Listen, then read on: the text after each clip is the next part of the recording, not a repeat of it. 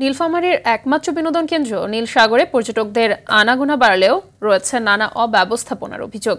সংস্কারের অভাবে বছর জুড়ে অনেকটাই দর্শনার্থী শূন্য হয়ে থাকে প্রাচীন এই দিঘিটি। নীলফামারী থেকে হাসান রাব্বি প্রধানের তথ্যচিত্রে বিস্তারিত জানাচ্ছেন আব্দুর রহিম।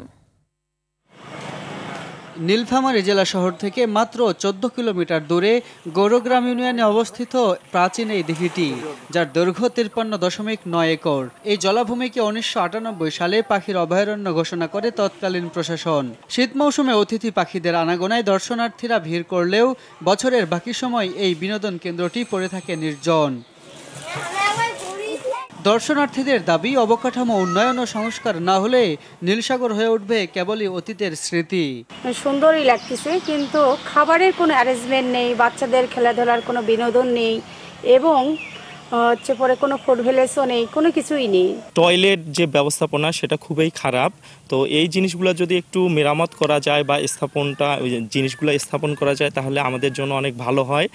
আগে যে পরিমাণ মানুষের সমাগম হতো এখন আর এরকম মানুষ দেখতে পাচ্ছি না। বিশেষ করে জেলা প্রশাসকের আমার সদয় আবেদন যে তারা সরকারিভাবে, রাষ্ট্রীয়ভাবে সেখানে মসজিদের সংস্কার কাজটা যেন সুন্দরভাবে করে।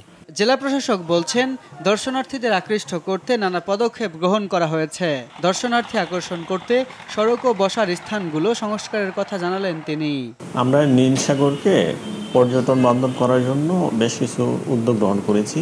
এই নীলসাগরের ভিতরের যে অবকাঠামোগুলো উন্নয়নের জন্য অলরেডি একটি প্রজেক্ট নেওয়া হয়েছে। এটা পাশাপাশি আমরা উদ্যোগ নিয়েছি যে এখানে কিছু হরিণ রাখবো। হরিণের পারমিশনের জন্য আমরা বন বিভাগকে লিখেছি, ময়ূর রাখবো এবং অন্যান্য আরও কিছু পাখি।